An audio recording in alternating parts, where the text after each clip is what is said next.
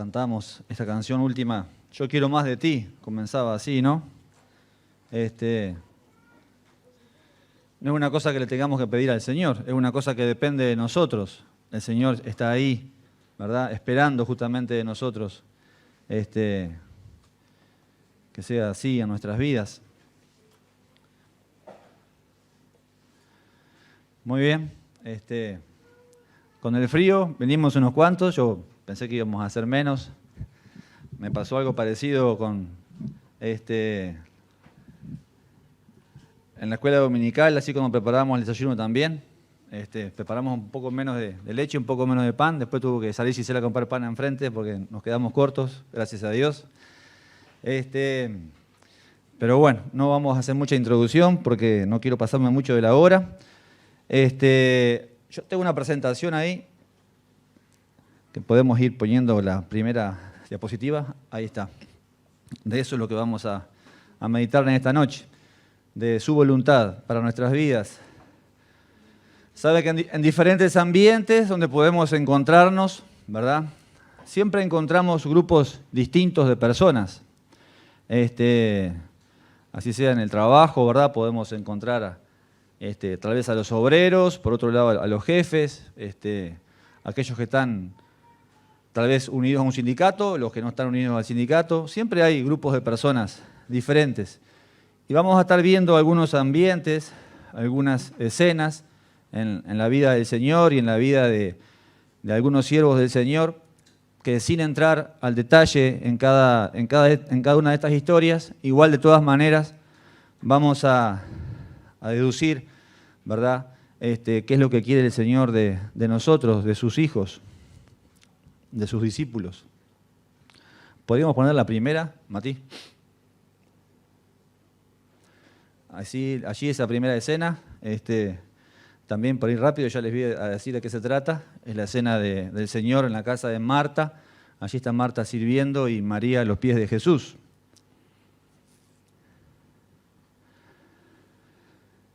Recordemos primero qué es lo eterno, qué es lo que permanece para siempre, qué es lo que no nos será quitado, qué es lo importante, ¿verdad? Totalmente distinto, ¿verdad? Lo que es por otro lado, lo que podríamos decir que es lo perenne, qué es lo que se desvanece, qué es lo que sí será quitado, lo que desaparece, ¿verdad? Podemos compararlo con las obras, cuando sean probadas como por fuego también, ¿verdad? Hay unas que se van a desvanecer y otras sí que van a quedar para la gloria de nuestro Señor. Y allí podemos ir al pasaje para leer un poco de qué se trata en el Evangelio de Lucas, capítulo 10.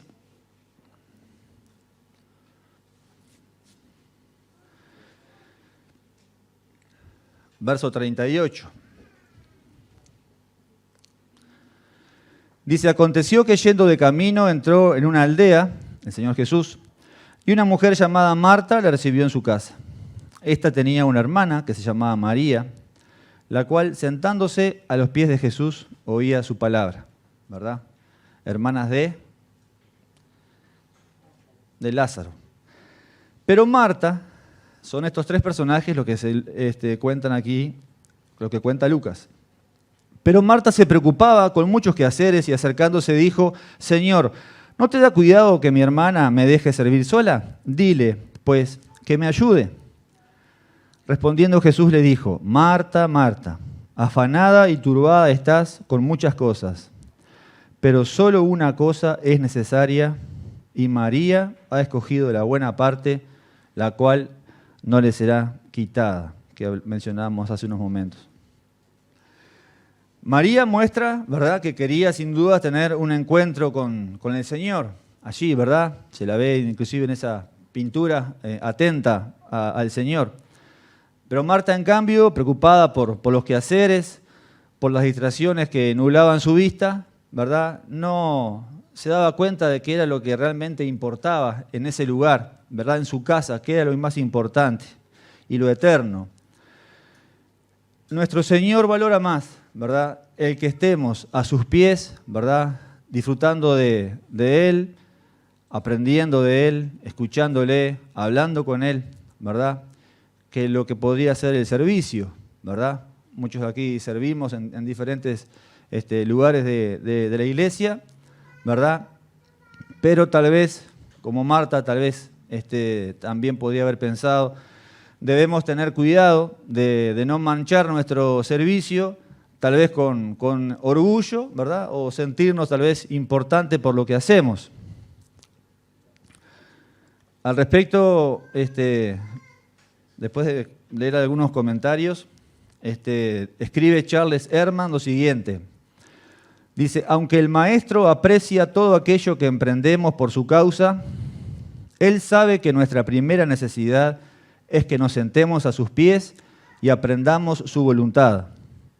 Luego, en nuestras tareas, tendremos serenidad, paz y bondad, y al final nuestro servicio alcanzará la perfección del de María cuando, en una escena posterior, que se encuentra en el capítulo 12 de Juan, ella derrama sobre los pies de Jesús el ungüento, el perfume del cual sigue llenando el mundo. Sin dudas, no, pensando en Marta, tal vez, y muchas veces que nos pase a nosotros, no estamos entendiendo bien a quiénes que escuchamos, ¿verdad?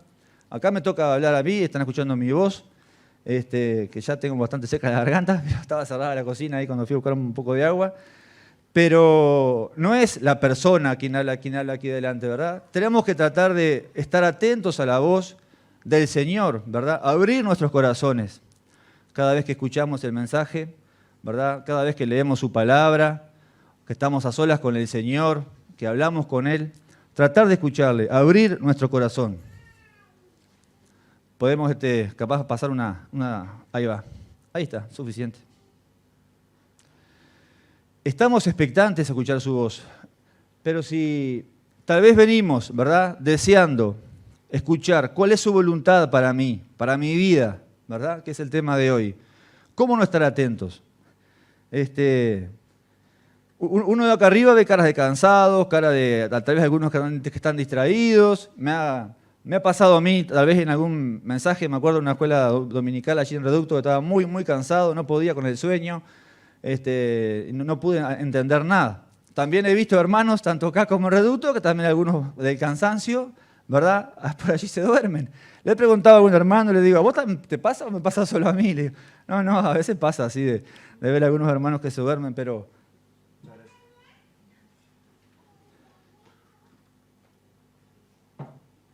Pero imagínense que estemos en el lugar de María, ahí escuchando al Señor. ¿Nos quedaríamos dormidos de escucharle? ¿No nos falta un poco de fe, de entender que esta es la palabra del Señor que nos dejó y de estar expectantes, ¿verdad? De escuchar el mensaje, de escuchar qué es lo que el Señor quiere para mí, ¿verdad? Si venimos con sed, como yo recién que tomé agua, ¿verdad? ¿Dónde vamos a saciar nuestra sed? En aquel que tiene el agua, ¿verdad?, de la cual no vamos a tener sed jamás, que el Señor nos dice, ¿verdad? El agua de vida, ¿verdad? ¿Dónde vamos a saciar nuestra sed? Es escuchando su palabra, es estando con Él. Otro más también. Ahí está. Si nos sentimos con un vacío, ¿verdad? Que muchas veces, por más que seamos hijos del Señor, ¿verdad?, a veces nos sentimos de esta manera. Bueno, ¿con qué vamos a llenar ese vacío? ¿Verdad? Otra más. Si precisamos aliento, si estamos desalentados, estamos, ¿verdad?, tal vez sintiendo que nuestra fe está decayendo, ¿qué vamos a hacer? No vamos a venir, no vamos a estar atentos. Peor aún, nos vamos a quedar en nuestras casas, ¿verdad? Todo lo contrario, ¿verdad? Vamos a ver un tema muy importante al final y sin duda el único motivo por el cual puede pasar eso en nuestras vidas es porque el enemigo, Satanás, es un experto en tratar de callar la voz del Señor en nuestro corazón. Una vez que el Señor nos habló, ¿verdad?, estamos seguros que el Señor nos habló. Bueno, el enemigo es tan astuto, ¿verdad?, nos envuelve allí y pasa y dice, ¿qué pasó con aquello que el Señor nos dijo una vez? ¿Qué pasó con aquella decisión que tomamos? Con aquel año que dijimos vamos a servir este año en tal lugar. Y ya ha llegado el invierno con el frío, ¿verdad? Bajan las fuerzas, ¿verdad? Y tal vez nos cuesta llegar a fin de año con lo que nos comprometimos. Bueno, si precisamos aliento, ¿de dónde lo vamos a obtener? La siguiente. si venimos escuchando al Señor que nos viene hablando de ciertos temas, ¿verdad? Que nos mueven, ¿verdad? Y precisamos tal vez una confirmación del Señor sobre ciertos asuntos. Bueno, es escuchar el mensaje del Señor, es escuchar su palabra, es escuchar su voluntad para nuestras vidas. Y allí como se le ve a María, también poder, y sería el último en esta diapositiva, ¿verdad? Deleitarnos, ¿verdad? En su palabra, en escucharle, en estar atentos, ¿verdad? Como María se le ve allí en esa pintura.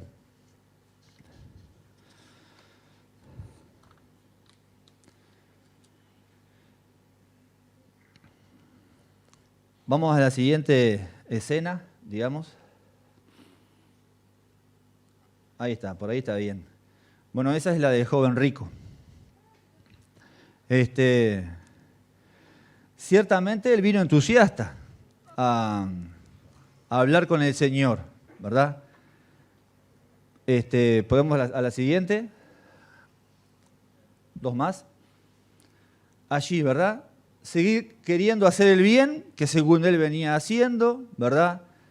Buscando la vida eterna de una manera mal enfocada, porque no vamos a leer este versículo en particular, pero dice que él le pregunta al Señor qué tengo que hacer para heredar la vida eterna. Tal vez este joven con tantas posesiones, justamente al ser joven, posiblemente las haya heredado. Y tal vez pensaba que todo se hereda y que también podía heredar la vida eterna.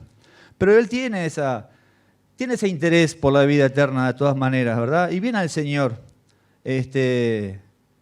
Pero vemos también que había algo en su vida que ocupaba el lugar del Señor y algunos problemas que vamos a ver ahora que él tenía. La siguiente.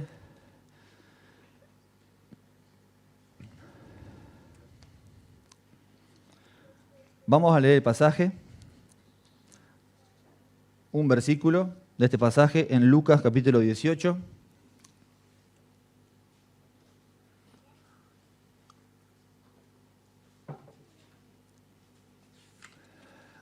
Dice en el verso 22. Jesús, oyendo esto, le dijo, ¿verdad? Oyendo de que él cumplía todas las cosas que el Señor le pedía, ¿verdad? En la ley y eso. Dice que Jesús le dijo, aún te falta una cosa, vende todo lo que tienes y dalo a los pobres, y tendrás tesoro en el cielo, y ven, sígueme.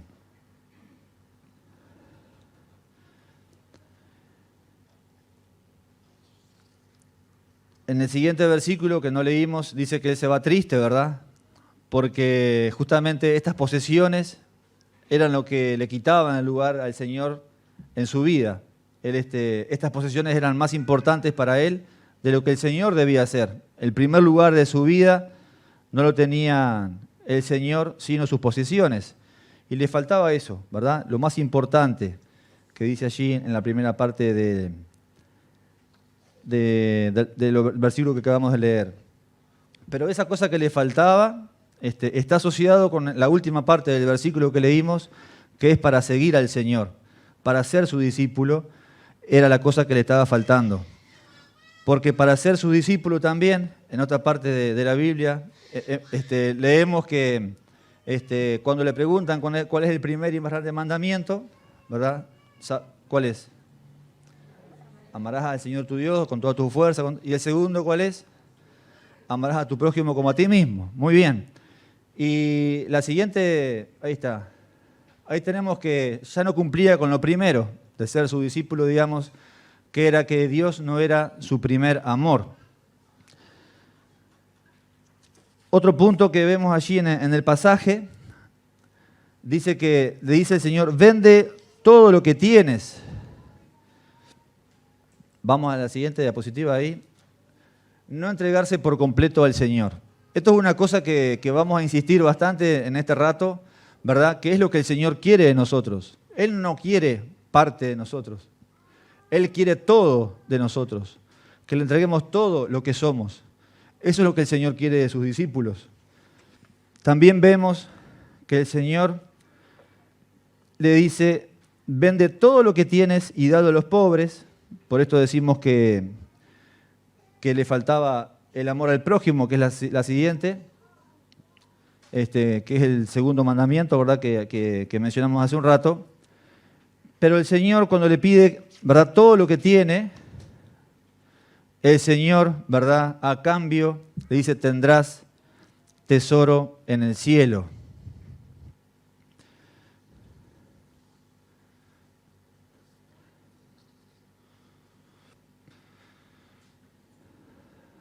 No le despoja, ¿verdad?, y le deja sin nada del Señor.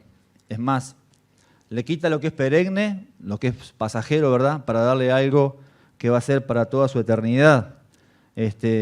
Lo que le da a cambio es mucho mejor, ¿verdad?, de lo que él tenía y creía que era más importante, que eran las posesiones.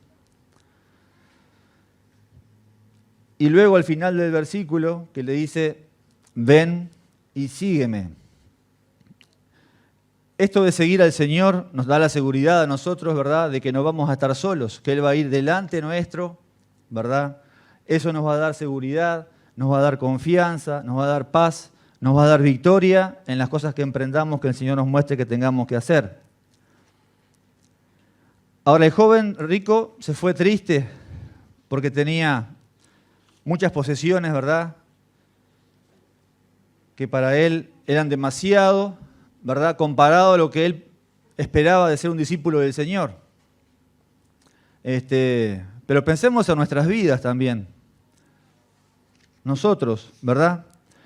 ¿Qué podemos decir, verdad, que el Señor pueda pedirnos y que para entregarnos por completo, para entregarnos todo, digamos: no, Señor, pero en realidad tengo riquezas que puede ser también, ¿verdad? Tengo mi familia, tengo mis padres, tengo mi abuelo enfermo, tengo mi hermano. Sí, Señor, espera que, ¿verdad?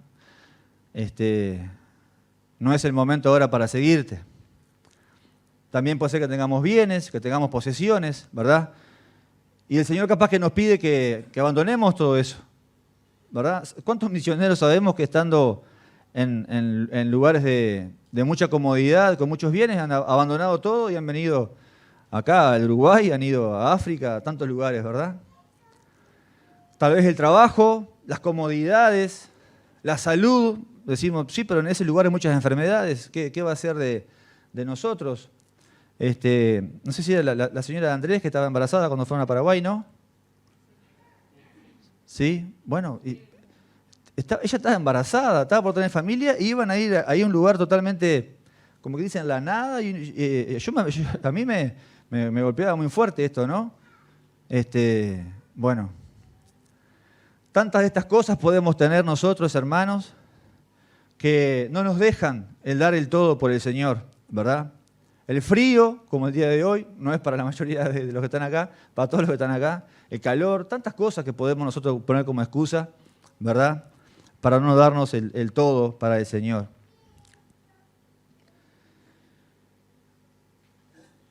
La siguiente diapositiva.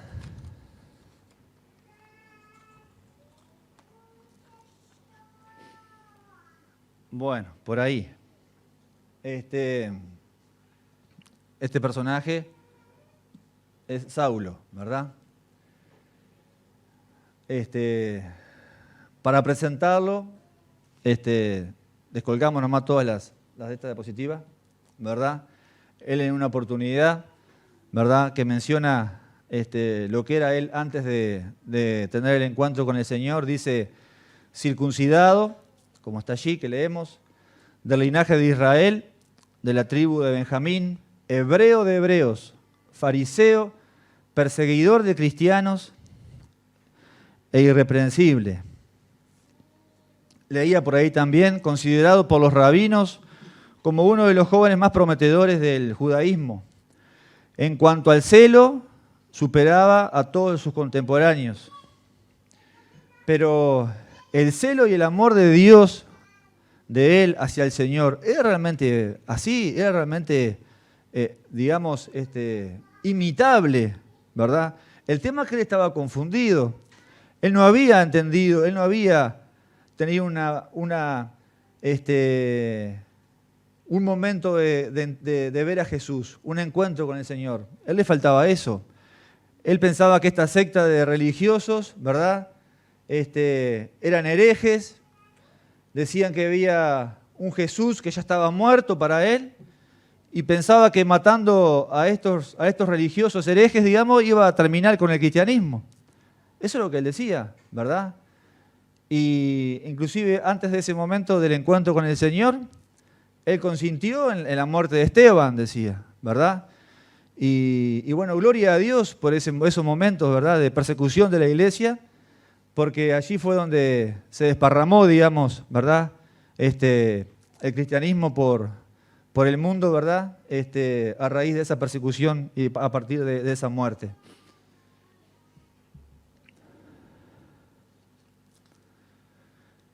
Leemos allí en Hechos capítulo 9.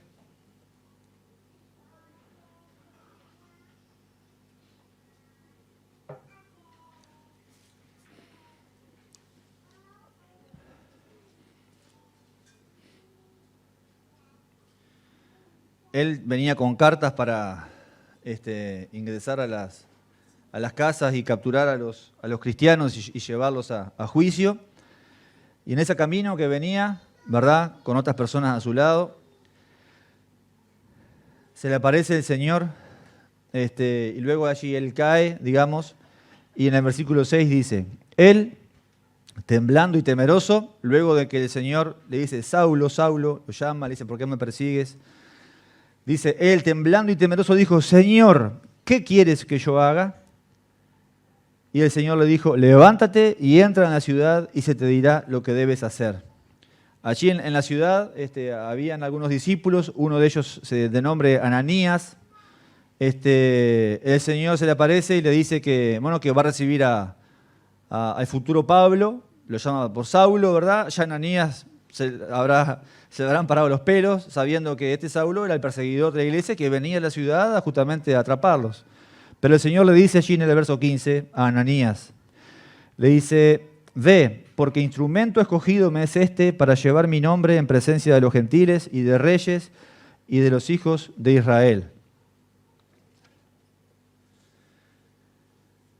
De ser un enemigo de los seguidores de Jesús, de los cristianos, al encontrarse con el Señor, no pudo más que reconocerle y entregar su vida. Y en este momento quiero en particular hablar si en este lugar, ¿verdad?, hay alguien que tal vez hace tiempo que viene, ¿verdad?, o también allí quienes nos están mirando o escuchando, alguien que no ha tenido este encuentro con Jesús, ¿verdad? El Señor te llama también por tu nombre, así como le dijo Saulo, Saulo, el Señor también es personal con cada uno, te está llamando, ¿verdad?, porque Él sabe que estás en un grave problema, en un grave peligro, ¿verdad? Todos pecamos, dice en su palabra, por cuanto todos pecaron y están destituidos, separados de la gloria de Dios. Eso dice Pablo en la carta a los Romanos. Este problema del pecado, ¿verdad?, que es de la desobediencia a Dios y que sabemos que todos pecamos. Más adelante en la carta, en el versículo 6, verso 3, dice, porque la paga del pecado es muerte, ¿verdad? Mas el regalo de Dios es vida eterna en nuestro Señor Jesucristo. Y bueno, yo no sé si sos consciente, ¿verdad? Si eres consciente del lugar en el que estás, ¿verdad? La muerte ha golpeado cerca de muchos de nosotros en este tiempo, ¿verdad? Y nadie sabe si mañana va a despertar. Así que no dejen pasar la oportunidad, ¿verdad? Porque el Señor Jesús vino a la cruz. ¿Podemos ir a la siguiente diapositiva, por favor? Justamente dice el Señor Jesús mismo, hablando de lo que va a ser su vida, en Juan 3:16 dice, porque de tal manera dice, amó Dios al mundo, que ha dado a su Hijo unigénito, hablando del mismo, para que todo aquel que en Él cree no se pierda, mas tenga vida eterna, ¿verdad? Y Él allí en la cruz pagó el precio del pecado, ¿verdad? Nos dio la libertad, ¿verdad? Y cuán importante es esto y trascendental en la vida de la mayoría de los que estamos acá. Y cuánta paz podemos tener, cuántas veces, todas las veces que nos acostamos podemos descansar tranquilos, podemos vivir vidas en paz con el Señor, podemos llenar ese vacío que hay en nuestro ser.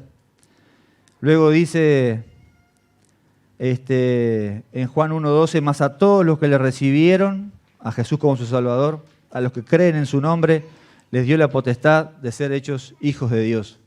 Y esto lo pueden hacer ahora mismo, lo pueden hacer más tarde, orando, hablando con el Señor y diciéndole que reconocen el pecado en sus vidas, que creen en Jesús, que aceptan esa invitación, ¿verdad?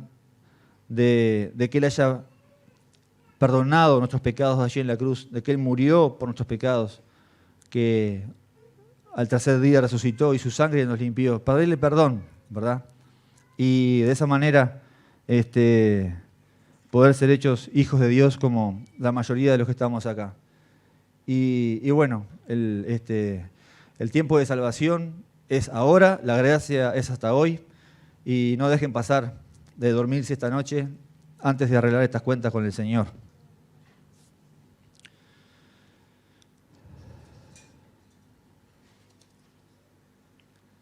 La siguiente diapositiva. ¿Hasta ahí? Hasta ahí está bien. Hasta ahí está bien. Le hemos reconocido al Señor como lo reconoció Pablo. Ahora en esta pintura es Pablo. Ya dejó de ser Saulo. ¿Conocemos la voluntad del Señor para nuestras vidas? Aquella voluntad que venimos tratando de meditar un poco en ella. ¿La conocemos o no la conocemos? Pídele al Señor cuál es la voluntad de Él para tu vida y Él te lo va a revelar. Te puede sorprender la voluntad del Señor y puedes decir, a mí, como le pareció a Moisés, ¿verdad? Y tan grandes cosas que hizo el Señor, ¿verdad? Porque Él elige justamente a lo débil de este mundo, ¿verdad? Para que la gloria sea de Él y para avergonzar a los que se creen fuertes. ¿Estás dispuesto? ¿Estás dispuesto a pedirle al Señor que te muestre la voluntad para tu vida? ¿Verdad? Sin dudas, el Señor para nosotros es muy importante. Es de lo más importante. Por eso estamos aquí, por eso están escuchando allí. Y si es así de importante, bueno, debemos estar como María, a los pies de Él, y escuchar su voz, tratar de abrir nuestro corazón, y tratar de entender, de escuchar y entender qué es la voluntad de Él para nosotros.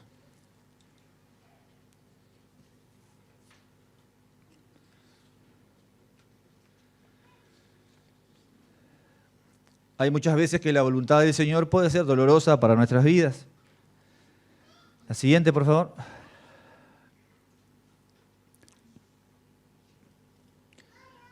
Allí en la carta a Filipenses, eso dice Pablo. Dice, y ciertamente, aún estimo todas las cosas como pérdida por la excelencia del conocimiento de Cristo Jesús, mi Señor, por amor del cual lo he perdido todo. Aquel todo, ¿verdad?, que el Señor quiere de nosotros.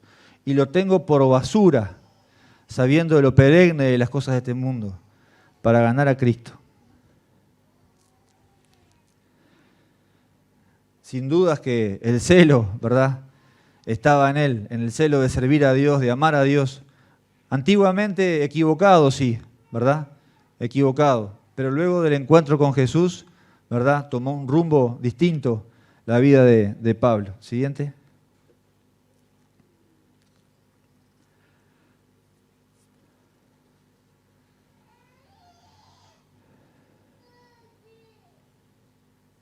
Bueno, justamente les comentaba de que hay muchas veces que en la voluntad del Señor está en parte de nuestras vidas, ¿verdad?,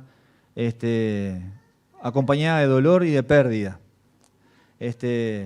Allí, en esa pintura, muestra al Señor Jesús orando en Getsemaní, momentos antes de ser entregado por Judas, ¿verdad?, y todo lo que vino después hasta su muerte en la cruz.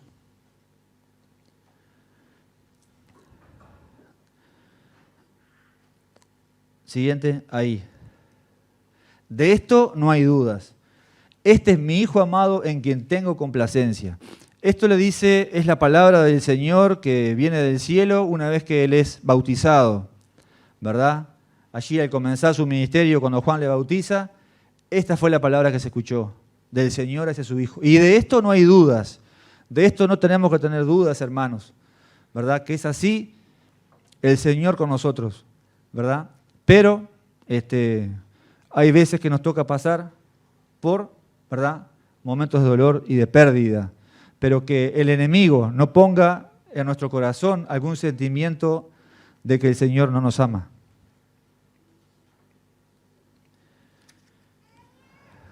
Ya en Isaías, en el capítulo 53, les leo, en el verso 10, acerca del plan de nuestra salvación, dice, con todo esto, Jehová quiso quebrantarlo, hablando de Jesús, sujetándole a padecimiento, cuando haya puesto su vida en expiación por el pecado. Verá linaje, somos nosotros, vivirá por largos días, y la voluntad de Jehová será en su mano prosperada. La voluntad de Jehová sin duda se iba a cumplir, no habían dudas de eso, ¿verdad? Por eso dice, será en su mano prosperada. Y bueno, que la voluntad también del Señor para nuestras vidas, ¿verdad? Sin importar lo que tenga que pasar por nosotros, ¿verdad? Lo que tengamos que pasar de cosas buenas y cosas malas, ¿verdad? Que la voluntad del Señor en nuestras vidas también se pueda cumplir. Y allí Jesús en Getsemaní dice que decía otra vez, fue y oró por segunda vez diciendo, Padre mío, si no puede pasar de mí esta copa sin que yo la beba, hágase tu voluntad. Esa era la premisa de él, hacer la voluntad del Señor, ¿verdad? Iba en contra de lo que él deseaba. Él deseaba que esa copa de juicio del Señor que tenía que ser sobre nosotros cayera sobre su Hijo. Jesús no quería tomar esa copa, ¿verdad? Pero él quería hacer la voluntad del Padre por sobre todas las cosas. Y qué ejemplo que tenemos para nuestras vidas. En el Padre Nuestro, conocido Padre Nuestro, el Señor dice, cuando enseña a orar, dice en una parte, hágase tu voluntad. En Juan 4:34 Jesús les dijo, mi comida es hacer que haga la voluntad del que me envió y que acabe la obra. Hacer su voluntad era lo que lo saciaba. Hace unos días Mauricio nos comentaba algo de esto, ¿verdad? Era lo que satisfacía su vida, era hacer la voluntad del Padre, era su comida. En 1 Pedro 4:19, les leo también, dice, de modo que los que padecen según la voluntad de Dios, encomienden, o sea, pongan bajo el cuidado de sus almas al fiel Creador. Hermanos, y esto es lo que tenemos que hacer, ¿verdad? No dejar, les repito, que el enemigo, ¿verdad?, ponga esa oscuridad de duda, ¿verdad?, de lo que está pasando, lo que pasa la humanidad en este tiempo, de lo que han pasado algunos hermanos, algunas iglesias, familias, ¿verdad? No, nada que ver, Señor. Dice, encomendar nuestras almas al fiel Creador, ¿verdad? Y seguir haciendo su voluntad. Vemos nuevamente que el enemigo es experto, ¿verdad?, en acallar, en apagar, ¿verdad? Y que no nos gane en esto. Siguiente.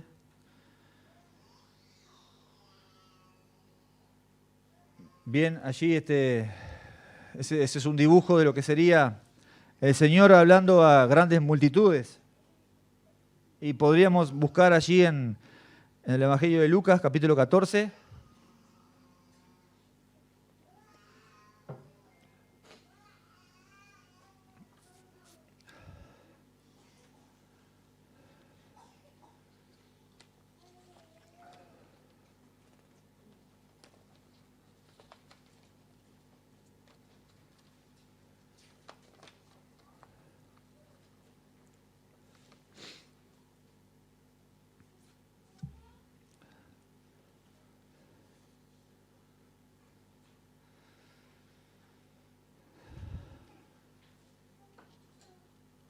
En el verso 25 leemos, grandes multitudes iban con él, y volviéndose les dijo,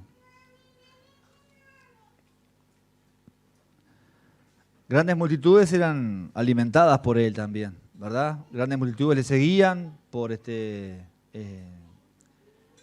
milagros que él hacía, sanación, ¿verdad? Pero sobre todo aquí, y también en otra parte que vamos a ver más adelante, se menciona de que el Señor les alimentaba.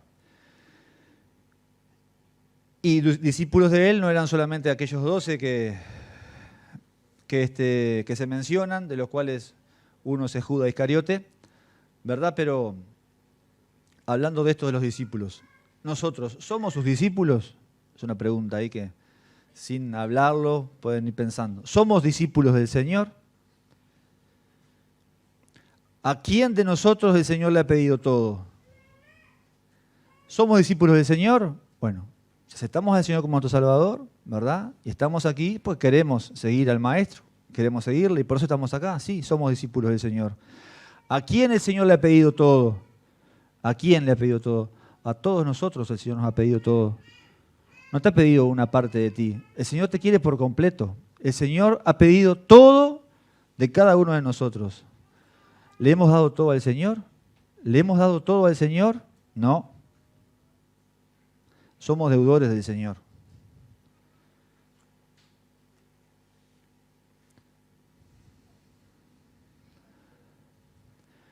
Entonces allí grandes multitudes iban con él, en el verso 25, y volviéndose les dijo, si alguno viene a mí y no aborrece a su padre y madre y mujer e hijos y hermanos y hermanas y aún también su propia vida, no puede ser mi discípulo. Y el que no lleva su cruz y viene en pos de mí, no puede ser mi discípulo. Porque ¿quién de vosotros, y acá va a tomar 2 ejemplos de la vida para que se dieran cuenta de lo que tienen que considerar para ser discípulo del Señor, dice en el 28, porque ¿quién de vosotros, queriendo edificar una torre, no se sienta primero y calcula los gastos a ver si tiene lo que necesita para acabarla? No sea que después que haya puesto el cimiento y no pueda acabarla, todos los que lo vean comiencen a hacer burla de él, diciendo, este hombre comenzó a edificar y no pudo acabar. El otro ejemplo dice, ¿o qué rey al marchar a la guerra contra otro rey no se sienta primero y considera si puede hacer frente con 10.000 al que viene contra él con 20.000? Y si no puede, cuando el otro está todavía lejos, le envía una embajada y le pide condiciones de paz. Así pues, cualquiera de vosotros que no renuncie a todo lo que posee, no puede ser mi discípulo.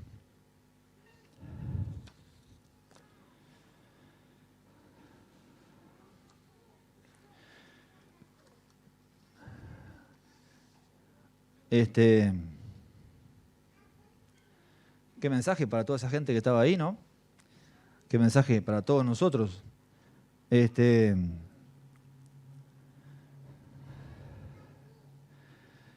Señor no quiere grandes multitudes tibias, ¿verdad? El Señor no quiere una iglesia llena de creyentes tibios. Él prefiere un puñado de creyentes que sean calientes, ¿verdad? Él no quiere, si son tibios, dice que los vomitaré de mi boca, ¿no? Allí, para aclarar un tema que esta versión de 60 es media dura por lo que dice, capaz que hay otras versiones que no busqué, pero cuando habla de el que no aborrece a su padre y madre y mujer, aquí hace la mención es el que no tiene menor amor hacia ellos, ¿verdad? Porque el primer amor y el mayor amor nuestro debe ser hacia nuestro Señor y Salvador. Por eso habla allí de aborrecer. No es la palabra de odiar, es la palabra de amar en menor medida.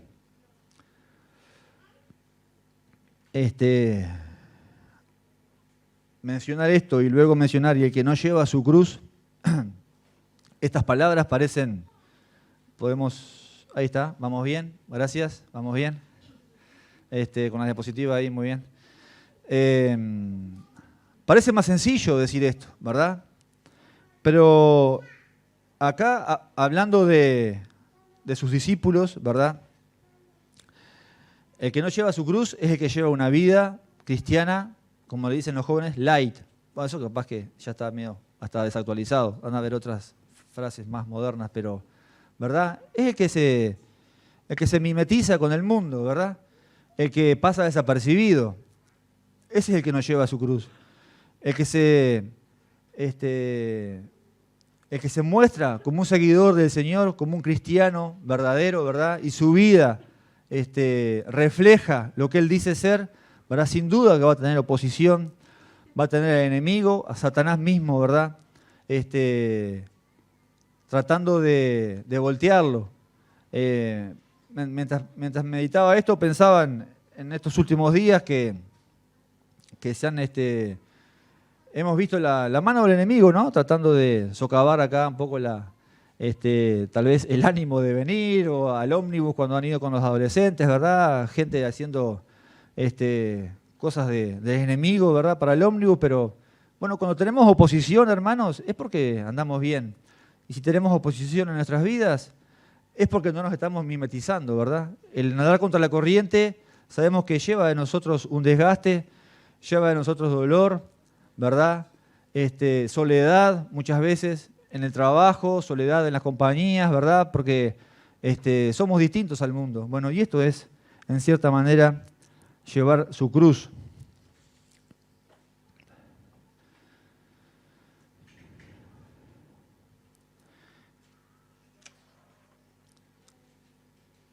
Y bueno, el versículo 33, que se los leo de nuevo, dice: así pues, cualquiera de vosotros que no renuncie a todo lo que posee, no puede ser mi discípulo.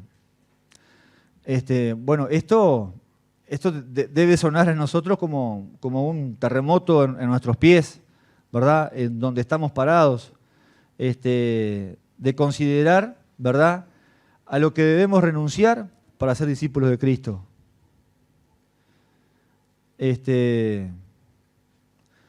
Parecía que este maestro no quería tener tantos discípulos, ¿verdad? Imagínense a un predicador con un estadio lleno o un gimnasio lleno, ¿verdad?, que diga estas palabras, o peor aún, lo que vamos a leer un poco más adelante, no estaba haciendo otra cosa el Señor que zarandear, ¿verdad?, allí a los discípulos para sacar lo bueno de lo malo. Luego del sermón que da el Señor referente al pan de vida, también mencionando algo similar a lo que venía mencionando ahora, aquellos que le seguían alimentándose, ¿verdad? Él les dice: ustedes recibieron el maná en el desierto, yo soy el verdadero maná.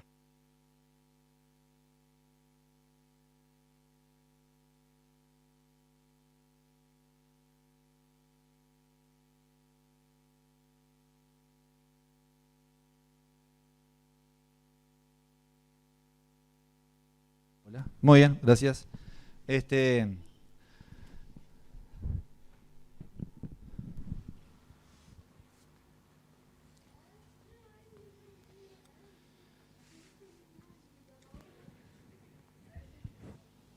Bien, este sermón del pan de vida venía entonces a raíz de que el Señor les viene diciendo de que Él es el pan, de que deben de comer su carne, de beber su sangre, ¿verdad? Haciendo mención a lo que va a ser la entrega del Señor mismo en la cruz por cada uno de nosotros, ¿verdad? Y allí en Juan capítulo 6 vemos ciertas reacciones de ese grupo, ¿verdad? Ese gran grupo ahí de discípulos que le seguían. Dice en el verso 60, al oírlas, muchos de sus discípulos dijeron: dura es esta palabra, ¿quién la puede oír?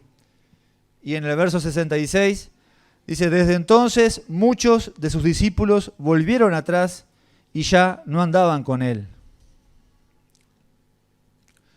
Nunca fueron verdaderos creyentes, ¿verdad? Tenían diversas razones para seguirles, como vimos, algunas de ellas, ¿verdad? Pero ninguna era por la verdadera razón de lo que era el Señor para sus vidas, ¿verdad?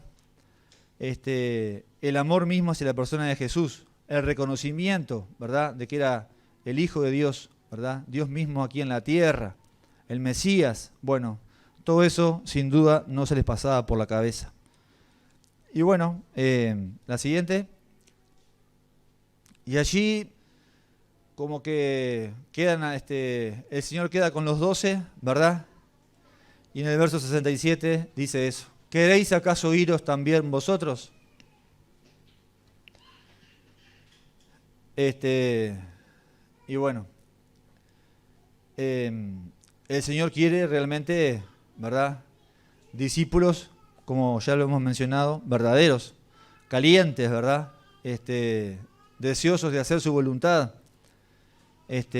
Imagínense que todavía dentro de esos 12, todavía ni siquiera eran 12, pues estaba también Judas allí en el montón, digamos.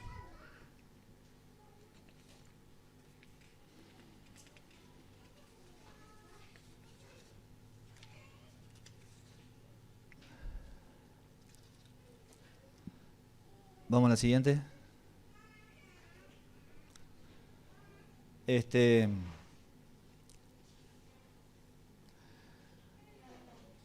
Por último, vamos a mencionar el caso de Pablo, ¿verdad? Sabiendo que andaba en la voluntad del Señor, ¿verdad? Él podía descansar en ciertos aspectos de su vida.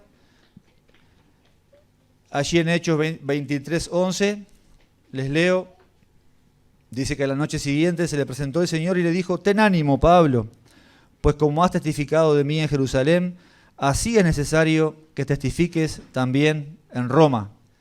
Y también el Señor le había declarado que allí, momentos antes de ese naufragio, ¿verdad?, que todos se iban a salvar, ¿verdad? Y el Señor sabía que él iba rumbo a Roma, ¿sí? Porque él tenía que testificar allí en Roma, ya el Señor se lo había dicho. Y en eso él podía descansar. Siguiente. Y esa leyenda así, allí andando en su voluntad podemos descansar, parece algo totalmente contrario con lo que es la imagen allí del cuadro, ¿no? Pero Pablo estaba tranquilo y seguro en esto. Es más, él trataba de darle ánimo a los marineros que se alimentaran, que comieran momentos antes del naufragio, porque estaban con terrible terror, ¿verdad? Gente experimentada, conocedores del barco y del mar. Y él les animó, ¿verdad?, para que también se alimentaran, y eso fue antes del naufragio. Bueno, todavía cuando llega a la playa, ¿verdad?, allí va a buscar leña, y se acuerdan que todavía lo muerde una víbora. Y los locales decían: este hombre, qué mal habrá hecho, que aparte del naufragio, ahora llega y lo muerde una víbora. Pero está, sin duda, él sabía que el fin de él no iba a ser en esa playa, ¿verdad?, que le estaba esperando Roma. Y el Señor se le presentó a Pablo y le dijo cuál era su voluntad. Pero ¿cómo podemos conocerla nosotros? Siguiente. ¿Cómo conocer la voluntad del Señor para nuestras vidas? Tal vez estamos esperando sentados ahí una visión milagrosa, o esperar que tal vez se nos aparezca en algún sueño. ¿Qué puede ser? ¿Estamos dispuestos a conocer la voluntad del Señor? ¿Estamos dispuestos a conocer la voluntad del Señor? ¿Estamos sirviendo? ¿Estamos poniendo en práctica nuestros dones? ¿O buscando nuestros dones? ¿Poniendo en práctica todos los dones habidos y por haber, a ver cuál nos asienta mejor? Pregunto de nuevo, ¿estamos dispuestos a conocer su voluntad? Bueno, para eso tenemos, siguiente, tenemos la Biblia, ¿verdad? La palabra del Señor, el Jesús mismo, el Espíritu Santo también intercede y obra en ello. El orar, pasar momentos con el Señor, escuchar a los pastores también, y el mensaje de la palabra. Esto está fundado en algunos pasajes que les leo donde están, por si están tomando nota: Josué 1:8, Hebreos 13:17, Hechos 28:23, Hebreos 1:1 y 2, Salmo 48, 4 más, Salmo 119:35, Salmo 143:10, Colosenses 1:9, 2 Pedro 1:21. Allí dice el Señor: no todo el que me dice Señor, Señor, dice Jesús, entrará en el reino de los cielos, sino el que hace la voluntad de mi Padre que está en los cielos. Dice también en Lucas 6:44 que al árbol lo conoceremos por los frutos también, ¿verdad? No se cosechan higos de los espinos, por ejemplo, dice. También leemos en Juan 9:31, y sabemos que Dios no oye a los pecadores, pero si alguno es temeroso de Dios y hace su voluntad, a ese oye. 1 Juan 2:17 dice: y el mundo pasa, es temporal, y sus deseos lo encaminan a su destrucción. Pero el que hace la voluntad de Dios permanece para siempre. Los que siguen la voluntad de Dios son parte de su pueblo para siempre. Josué 1:8. Nunca se apartará de tu boca este libro de la ley, sino que de día y de noche meditarás en él, para que guardes y hagas conforme a todo lo que en él está escrito, porque entonces harás prosperar tu camino y todo te saldrá bien. Siguiente.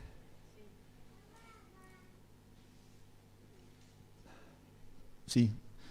Bueno, terminamos con esa diapositiva, ¿verdad? De lo que fue el apóstol Pablo, ¿verdad? Para la iglesia, lo que fue y es para nosotros, las palabras en las cartas y tanto escrito por él, ¿verdad? Las palabras del Señor. Y bueno, hermanos, que no nos vayamos como vinimos. Pensemos en esa pregunta que el Señor le hace a los 12. ¿Queréis vosotros iros también? El Señor no tiene ningún problema de quedarse solo, ¿verdad? O quedarse con uno solo. El Señor no quiere multitudes, quiere creyentes calientes, deseosos de hacer su voluntad y de conocerla, ¿verdad? De poder pasar tiempo como María, allí a los pies del Señor, atentos a su palabra y a su voluntad. Busquemos esto, hermanos, y no dejemos que el enemigo apague esa luz, tal vez que un día comenzó tal vez a brillar como algo que el Señor puso en nuestro corazón, que Él quería de nuestras vidas. El enemigo es un gran bombero, ¿verdad? Experto en apagar ese fuego. Y bueno, no dejemos que esto pase, hermanos. Que el Señor les bendiga.